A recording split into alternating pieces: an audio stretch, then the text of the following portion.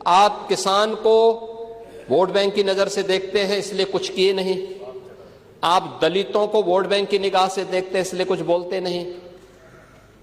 इसलिए मैं कह रहा हूं ना, देखो बांग्लादेश में एक दलित नौजवान को कैसे जला दिया गया।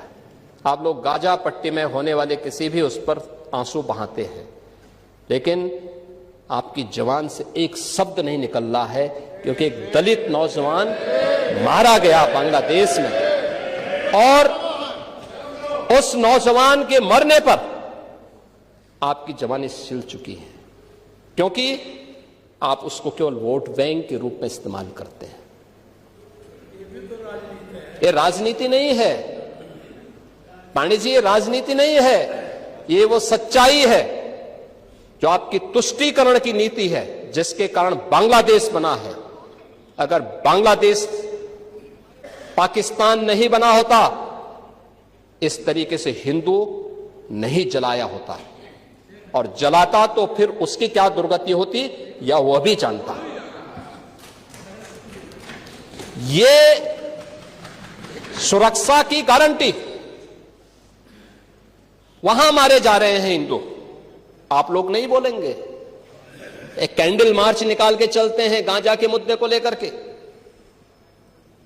लेकिन पाकिस्तान और बांग्लादेश में हिंदू मारा जाता है तो आपके मुंह बंद हो जाते हैं, क्योंकि मरने वाला हिंदू है, दलित है, आप बोलेंगे नहीं। और यही सच्चाई है। निंदा प्रस्ताव पारित होना चाहिए, और यह प्रस्ताव नेता विरोधी दल की तरफ से आना चाहिए। इस घटना की हम भर्त्सना करते हैं और बांग्लादेश सरकार को इस बात की चेतावनी देता हूं, और इसीलिए हम कह रहे हैं नोट करना, ये चीजें होनी चाहिए, और हमारा भी प्रयास होना चाहिए।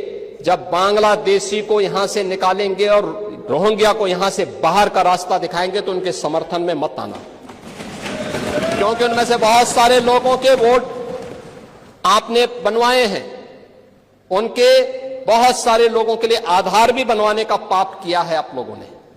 इसलिए इन चीजों को ध्यान में रखना, और एक एक चीज की स्क्रीनिंग होगी, बहुत प्रभावी कार्रवाई करेंगे।